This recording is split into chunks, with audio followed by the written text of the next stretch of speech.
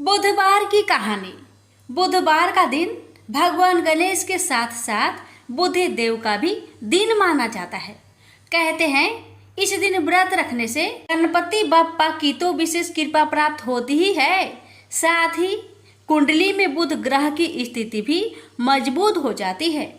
जिनकी कुंडली में बुध नीच स्थिति में बैठा हो उन्हें बुधवार का व्रत जरूर रखना चाहिए। साथ ही व्रत रखने वाले लोगों को कथा भी जरूर सुननी चाहिए। आइए श्रवण करते हैं बुधवार व्रत कथा। समतापुर नगर में मधुसूदन नामक एक व्यक्ति रहता था। वह बहुत धनवान था। मधुसूदन का विवाह बलरामपुर नगर की सुंदर लड़की संगीता से हुआ था। एक बार मधुसूदन अपनी पत्नी को लेने बुधवार के दिन बलरामपुर गया। मधुसूदन ने पत्नी की माता पिता से संगीता को विदा कराने के लिए कहा। माता पिता बोले, बेटा आज बुधवार है, बुधवार को किसी भी शुभ कार्य के लिए यात्रा नहीं करते। लेकिन मधुसूदन नहीं माना। उसने ऐसी शुभ अशुभ की बात को न मानने की बात कही। दोनों ने बैलगाड़ी से यात्रा प्रारंभ की। 2 कोस की यात्रा के बाद उसकी गाड़ी का एक पहिया टूट गया। वहां से दोनों ने पैदल ही यात्रा शुरू की। रास्ते में संगीता को प्यास लगी। मधुसूदन उसे एक पेड़ के नीचे बैठाकर जल लेने चला गया। थोड़ी देर बाद जब मधुसूदन कहीं से जल लेकर वापस आया तो वह बुरी तरह हैरान उठा, क्योंकि उसकी पत्नी के पास उसी की शकल सूरत का एक दूसरा व्यक्ति बैठा था। संगीता भी मधुसूदन को देखकर हैरान रह गई। वह दोनों में कोई अंतर नहीं कर पाई। मधुसूदन ने उस व्यक्ति से पूछा, तुम कौन हो और मेरी पत्नी के पास क्यों बैठे हो? मधुसूदन की बात सुनकर उस व्यक्ति ने कहा, अरे भाई, यह मेरी पत्नी संगीता है। मैं अपनी पत्नी को ससुराल से विदा कराकर लाया हूँ। लेकिन तुम कौन हो जो मुझसे ऐसा प्रश्न कर रहे हो? मधुसूदन ने कहा, तुम जरूर कोई चोर या ठग हो। यह मेरी पत्नी संगीता है। मैं इसे पेड़ के नीचे बैठाकर जल लेने गया था। इस पर उस व्यक्ति ने कहा, अरे भाई, झूठ तो तुम बोल रहे हो। संगीता को प्यास लगने पर जल लेने तो मैं गया था। मैंने तो जल लाकर अपनी पत्नी को पिला भी दिया। अब तुम चुपचाप यहाँ से चलते बनो, नहीं तो किसी सिपाही को बुलवाकर तुम्हें पकड़वा दूंगा। दोनों एक दूसरे से लड़ने लगे। उन्हें लड़ते देख बहुत से लोग वहां एकत्र हो गए। नगर के कुछ सिपाही भी वहां आ गए। सिपाही उन दोनों को पकड़कर राजा के पास ले गए। सारी कहानी सुनकर राजा भी कोई निर्णय नहीं कर पाया। संगीता भी उन दोनों में से अपने वास्तविक पति को नहीं पहचान पा रही थी। राजा ने दोनों को कारागार में डाल देने के लिए कहा। राजा के फैसले पर असली मधुसूदन भयभीत हो उठा। तभी आकाशवाणी हुई, मधुसूदन, तूने संगीता के माता पिता की बात नहीं मानी और बुधवार के दिन अपनी ससुराल से प्रस्थान किया। यह सब भगवान बुध देव के प्रकोप से हो रहा है। मधुसूदन ने भगवान बुध देव से प्रार्थना की कि हे भगवान बुध देव, मुझे क्षमा कर दीजिए। मुझसे बहुत बड़ी गलती हुई। भविष्य में अब कभी बुधवार के दिन यात्रा नहीं करूंगा और सदैव बुधवार को आपका व्रत किया करूंगा। मधुसूदन के प्रार्थना करने से भगवान बुध देव ने उसे क्षमा कर दिया। तभी दूसरा व्यक्ति राजा के सामने से गायब हो गया। राजा और दूसरे लोग इस चमत्कार को देख हैरान हो गए। भगवान बुध देव की इस अनुकंपा से राजा ने मधुसूदन और उसकी पत्नी को सम्मानपूर्वक विदा किया। कुछ दूर चलने पर रास्ते में उन्हें बैलगाड़ी मिल गई। बैलगाड़ी का टूटा हुआ पहिया भी जुड़ा हुआ था। दोनों उसमें बैठकर समतापुर की ओर चल दिए। मधुसूदन और उसकी पत्नी संगीता दोनों बुधवार को व्रत करते हुए आनंद पूर्वक जीवन यापन करने लगे। इस तरह भगवान बुध देव की कृपा से उनके यहाँ खुशियाँ बरसने लगी। इस तरह जो स्त्री पुरुष विधिवत बुधवार का व्रत करके व्रत कथा सुनते हैं, भगवान बुद्धदेव उनके सभी कष्ट को दूर करते हैं। प्रेम से बोलिए बुद्धदेव की जय। एक गांव था जिसमें एक सेठ जी अपने परिवार के साथ रहते थे। सेठ जी का गांव के पास के ही शहर में बड़ा व्यापार था। सेठ जी गणेश जी की पूजा श्रद्धा एवं विश्वास से करते थे, जिससे सेठ जी के घर में अन्न धन के भंडार सदैव ही भरे रहते थे। उनके जीवन में किसी भी प्रकार की कोई कमी नहीं थी। नित्य प्रतिदिन नियम अनुसार रोज वो नदी पर नहाने जाते और आकर गणेश जी का पूजन करते, उन्हें भोग लगाते और फिर स्वयं भोजन करते थे। यह बात सेठानी जी को अच्छी नहीं लगती थी। वो धार्मिक नहीं थी और ईश्वर में इतना विश्वास नहीं रखती थी। एक बार सेठानी जी ने सोचा कि यह इतना गणेश जी को मानते हैं, गणेश जी की पूजा करते हैं, इससे होता क्या है? आज तो देखती हूँ वो कैसे गणेश जी की पूजा करते हैं। अगले दिन जब सेठ जी नदी पर नहाने जाते हैं तो सेठानी जी गणेश जी की मूर्ति को उठाकर मूर्ति को कपड़े से ढककर बगीचे में जमीन में दबा देती है। जब सेठ जी नदी पर से नहाकर घर आते हैं और देखते हैं कि गणेश जी की मूर्ति तो मंदिर में नहीं है, तो वो सेठानी से पूछते हैं, गणेश जी की मूर्ति मंदिर में नहीं है, कहाँ गई? तो सेठानी जी बोलती है, मुझे नहीं मालूम, मूर्ति को घर में बहुत ढूंढाते हैं। उस दिन क्योंकि वो गणेश जी को भोग नहीं लगा पाए, इसके लिए सेठ जी ने अन्न जल का भी त्याग कर दिया और गणेश जी से प्रार्थना करने लगे, हे प्रभु, लगता है आप मुझसे रुष्ट हो गए हो और कहीं चले गए हो। आप अपनी कृपा दृष्टि मुझ पर बरसाइए। ये प्रभु, मुझे दर्शन दीजिए। सेठ जी ने मन ही मन सोचा कि आपसे जब तक आप मुझे मिल नहीं जाते, मुझे दर्शन नहीं दे देते, तब तक मैं अन्न जल का त्याग करता हूँ। उस दिन पूरा निकल गया। रात्रि में सेठ जी की भक्ति से प्रसन्न होकर गणेश जी भगवान ने सपने में गणेश जी भगवान एक छोटे से चूहे के साथ खेल रहे होते हैं और चूहे को खाने को लड्डू देते हैं। चूहा लड्डू लेकर बगीचे में जाता है और जमीन को खोदता है और लड्डू वहीं डाल देता है। अचानक सेठ जी की नींद खुल जाती है। सेठ जी बगीचे में जाते हैं और वहीं खोदते हैं जहां उन्होंने सपने में देखा था, और वहीं से उनको थोड़ी सी जमीन खोदने पर कपड़े में लिपटे हुए गणेश जी की मूर्ति मिलती है। सेठ जी गणेश जी की मूर्ति की पूजा करके उनको यथास्थान स्थापित करते हैं और सेठानी के पूछने पर सारा वृत्तांत उन्हें सच सच बताते हैं। बात जानकर सेठानी जी को आश्चर्य होता है और सेठानी जी मन ही मन श्रद्धा एवं विश्वास से गणेश जी भगवान की भक्त बन जाती है और सेठ जी से कहती है कि मुझसे बड़ा भारी अपराध हो गया है। अब हम दोनों पति पत्नी प्रेम सहित गणेश जी भगवान की आराधना करेंगे एवं उनकी पूजा में कभी कोई कमी नहीं आने देंगे। यह सुनकर सेठ जी अत्यधिक प्रसन्न हो जाते हैं और दोनों पति पत्नी गणेश जी भगवान को धन्यवाद करते हैं।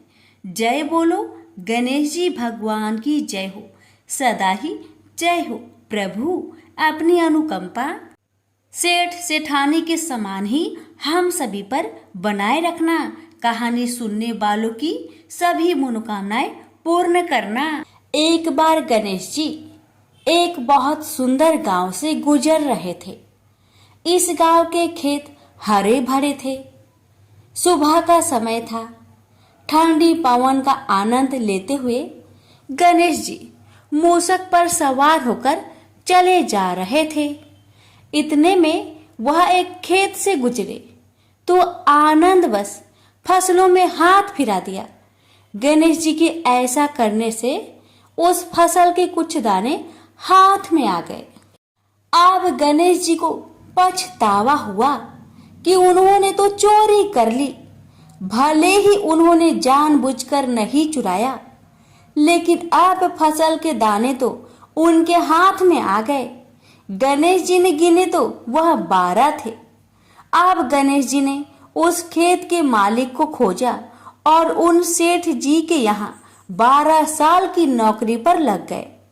एक दिन सेठानी राख से हाथ धोने लगी तो गणेश जी ने सेठानी का हाथ पकड़कर मिट्टी से हाथ धुलवा दिया। सेठानी ने सेठ जी से शिकायत की और कहा कि देखो, नौकर ने मेरा हाथ पकड़ लिया। सेठ जी ने गणेश को बुलाकर पूछा कि तुमने सेठानी का हाथ क्यों पकड़ा? गणेश जी ने बोला कि मैंने तो बस ये कह रहा था कि राख से हाथ धोने से घर की लक्ष्मी नाराज होकर घर से चली जाती है और मिट्टी से हाथ धोने से आती है। सेठ जी ने सोचा कि गणेश ठीक कह रहा है। थोड़ी दिनों बाद कुंभ का मेला आया। सेठ जी ने कहा, गणेश, सेठानी को कुंभ के मेले में स्नान करा कर ले आओ। सेठानी किनारे पर बैठकर नहा रही थी तो गणेश जी उनका हाथ पकड़कर आगे डुबकी लगवा लाए। घर आकर सेठानी ने सेठ से कहा कि गणेश ने तो मेरी इज्जत ही नहीं रखी और इतने सारे आदमियों के बीच में मुझे घसीटकर आगे पानी में ले गए। तब सेठ जी ने गणेश जी से पूछा कि ऐसा क्यों किया? तो गणेश जी ने कहा कि सेठानी किनारे बैठकर गंदे पानी से नहा रही थी तो मैं आगे अच्छे पानी में डुबकी लगवा कर ले आया। इससे अगले जन्म में बहुत बड़े राजा और राजपाट मिलेगा। सेठ जी ने सोचा कि गणेश ठीक कह रहा है। एक दिन घर में पूजा पाठ हो रही थी, हवन हो रहा था। सेठ जी ने गणेश को कहा कि जाओ सेठानी को बुलाकर ले आओ। गणेश सेठानी को बुलाने गए तो सेठानी काली चुनरी ओढ़कर चलने लगी तो गणेश जी ने काली चुनरी फाड़ दी और कहा कि लाल चुनरी ओढ़ के चलो। सेठानी नाराज होकर सो गई। सेठ जी ने आकर पूछा, क्या बात है? तो सेठानी बोली कि गणेश ने मेरी चुनरी फाड़ दी। सेठ जी ने गणेश को बुलाकर बहुत डांटा तो गणेश जी ने कहा, पूजा पाठ में काला वस्त्र नहीं पहनते हैं, इसलिए मैंने लाल वस्त्र के लिए कहा। काला वस्त्र पहनने से कोई भी शुभ काम सफल नहीं होता है। फिर सेठ जी ने सोचा कि गणेश है तो समझदार। एक दिन सेठ जी पूजा करने लगे तो पंडित जी ने बोला कि वो गणेश जी की मूर्ति लाना भूल गए, अब क्या करें? तो गणेश जी ने बोला कि मेरी को ही मूर्ति बनाकर विराजमान कर लो, आपके सारे काम सफल हो जाएंगे। यह बात सुनकर सेठ जी को भी बहुत गुस्सा आया और वे बोले कि तुम तो अब तक सेठानी से ही मजाक करते थे, मेरे से भी करने लगे। तो गणेश जी ने कहा, मैं मजाक नहीं कर रहा हूँ, मैं सच बात कह रहा हूँ। इतने में ही गणेश जी ने गणेश जी का रूप धारण कर लिया और सेठ और सेठानी ने ही गणेश जी की पूजा की। पूजा खत्म होते ही गणेश जी अंदर ध्यान हो गए। सेठ सेठानी को बहुत धोखा हुआ और उन्होंने कहा कि हमारे पास तो गणेश जी रहते थे और हमने उनसे इतना काम करवाया। तो गणेश जी ने सपने में आकर सेठ जी को कहा कि आपके खेत में से मैंने 12 अनाज के दाने तोड़ लिए थे, उसी का दोष उतारने के लिए मैंने आपके यहाँ काम किया था। सेठ जी की करोड़ों की माया हो गई। हे गणेश जी महाराज, जैसा सेठानी को दिया वैसा सबको देना, कहते को सुनते को और सारे परिवार को दे देना। जय श्री गणेश जी। एक बार पथवारी माता पाल और विनायक जी में झगड़ा हो गया। सब आपस में स्वयं को बड़ा बताने लगे। इतने में एक ब्राह्मण का लड़का आया। पाल, पथवारी, गजानन जी ने उसे रोका और कहा, लड़के रुक जा और हमारा न्याय कर। लड़का बोला, मैं कल वापस आऊंगा तब न्याय करूंगा। घर आकर लड़के ने माँ से कहा, माँ, मुझे कल पाल, पथवारी माता, विनायक जी का न्याय चुकाना है। तो माँ ने कहा, बेटा सबको बड़ा बता देना, दूसरे दिन लड़का वहां गया और बोला, पाल माता आप बड़ी हो, क्योंकि हर व्यक्ति आता है और स्नान ध्यान करके शुद्ध होकर जाता है और आप सबकी रक्षा करती हैं। हे पथवारी माता आप सबसे बड़ी हो, क्योंकि कितने भी तीर्थ धर्म ध्यान कर ले पर आपकी पूजा किए बिना उनका कार्य पूर्ण नहीं होता। आप जीवित को भी तारती हैं और मरने के बाद भी उद्धार करती है। पथवारी माता पथ की धारिणी, इसलिए आप बड़ी हो। अब विनायक जी से लड़का बोला, सबसे पहले शुभ काम में आपको ही मनाया जाता है। आपको ध्याये बिना कोई काम सिद्ध नहीं होता, इसलिए आप बड़े हो। पाल माता, पथवारी माता, विनायक जी भगवान लड़के की चतुराई से प्रसन्न हो गए और बोले, लड़के तुमने तो हम सबको बड़ा कर दिया, उसको सुखी रहने का आशीर्वाद दिया और जौ के दाने उसके अंगोछे में डाल दिया। लड़का सोचने लगा, ये तो घाटे का सौदा रहा। सारा दिन खराब कर न्याय किया और इतने से जौ मिले। उदास मन से घर आकर अंगोछा एक कोने में डाल दिया। माँ ने अंगोछा उठाया तो उसमें से हीरे मोती बिखर गए। तो माँ बोली, बेटा न्याय करके क्या लाया है? लड़का बोला, माँ कोने में जो पड़ा है देख लो। वहाँ गई, देखा हीरे मोती का ढेर लगा है, हीरे मोती जगमगा रहे हैं। माँ अत्यधिक प्रसन्न हो गई। माँ ने बेटे को बुलाया और कहा, बेटा आज तो पाल माता, पथवारी माता, विनायक जी भगवान आज तो हम पर प्रसन्न हुए हैं। माँ बेटे बहुत प्रसन्न हुए। हे भगवान, जैसा पाल माता, पथवारी माता, विनायक जी भगवान ने लड़के को दिया वैसे सबको देना। कहानी कहने सुनने हुक्कर भरने वालों को सुख समृद्धि धन्य धान्य देना। प्रेम से बोलिए पाल पथवारी विनायक भगवान की जय। एक बार गणेश जी ने पृथ्वी के मनुष्य की परीक्षा लेने का विचार किया। वे अपना रूप बदलकर पृथ्वी पर भ्रमण करने लगे। उन्होंने एक बालक का रूप बना लिया। एक हाथ में एक चम्मच में दूध ले लिया और दूसरे हाथ में एक चुटकी चावल ले लिए और गली गली घूमने लगे। साथ ही साथ आवाज लगाते चल रहे थे, कोई मेरे लिए खीर बना दे, कोई मेरे लिए खीर बना दे। कोई भी उन पर ध्यान नहीं दे रहा था, बल्कि लोग उन पर हंस रहे थे। वे लगातार एक गांव के बाद दूसरे गांव इसी तरह चक्कर लगाते हुए पुकारते रहे, पर कोई खीर बनाने के लिए तैयार नहीं था। सुबह से शाम हो गई, गणेश जी लगातार घूमते रहे। एक बुढ़िया थी, शाम के वक्त अपनी झोपड़ी के बाहर बैठी हुई थी। तभी गणेश जी वहां से पुकारते हुए निकले, कोई मेरी खीर बना दे, कोई मेरी खीर बना दे। बुढ़िया बहुत कोमल हृदय वाली स्त्री थी। उसने कहा, बेटा मैं तेरी खीर बना देती हूँ। गणेश जी ने कहा, माई अपने घर में से दूध और चावल लेने के लिए बर्तन ले आओ। बुढ़िया एक कटोरी लेकर जब झोपड़ी के बाहर आई तो गणेश जी ने कहा, अपने घर का सबसे बड़ा बर्तन लेकर आओ। बुढ़िया को थोड़ी झुलझुलाहट हुई, पर उसने कहा, चलो बच्चे का मन रख लेती हूँ, और अंदर जाकर वह अपने घर का सबसे बड़ा पतीला लेकर बाहर आई। गणेश जी ने चम्मच से पतीले में दूध उड़ेलना शुरू किया। तब बुढ़िया के आश्चर्य की सीमा न रही। जब उसने देखा दूध से पूरा पतीला भर गया है, एक के बाद एक वह बर्तन झोपड़ी से बाहर लाती गई और उसमें गणेश जी दूध भरते चले गए। इस तरह से घर के सारे बर्तन दूध से लबालब भर गए। गणेश भगवान ने बुढ़िया से कहा, मैं स्नान करके आता हूँ, तब तक तुम खीर बना लो, मैं वापस आकर खाऊंगा। बुढ़िया ने पूछा, मैं इतनी सारी खीर का क्या करूंगी? इस पर गणपति जी बोले, सारे गांव को दावत दे दो। बुढ़िया ने बड़े प्यार से मन लगाकर खीर बनाई। खीर की भीनी भीनी मीठी मीठी खुशबू चारों दिशाओं में फैल गई।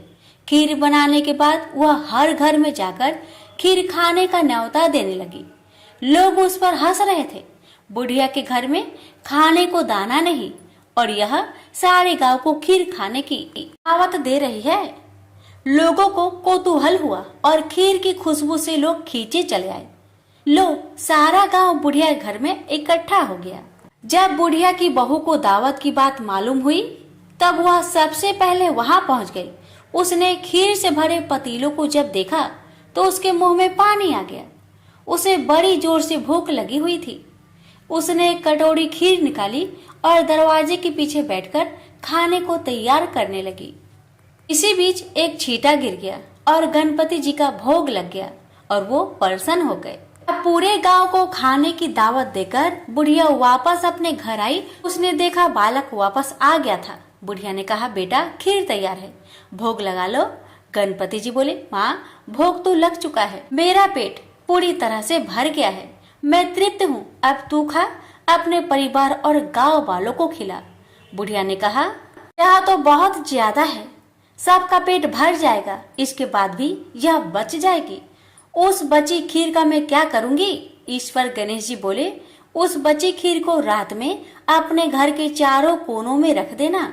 और बुढ़िया ने ऐसा ही किया। जब सारा गांव जी भरकर खा चुका तब भी ढेर सारी खीर बच गई। उसने उसके पत्र को अपने घर के चारों तरफ रख दिया। वहां उठकर उसने क्या देखा? पतीले में खीर के स्थान पर हीरे, जवाहरात और मोती भर गए हैं। बहुत खुश हुई। उसकी सारी दरिद्रता दूर हो गई। वह आराम से रहने लगी। उसने गणपति जी का एक भव्य मंदिर बनवाया और साथ में एक बड़ा सा तालाब भी खुदवाया। इस तरह उसका नाम दूर दूर तक प्रसिद्ध हो गया। उस जगह वार्षिक मेले लगने लगे। लोग गणेश जी की कृपा प्राप्त करने के लिए उस स्थान पर पूजा करने और मान्यताएं मानने के लिए आने लगे। गणेश जी सबकी मनोकामनाएं को पूरी करने लगे। प्रेम से बोलिए गणेश भगवान की जय।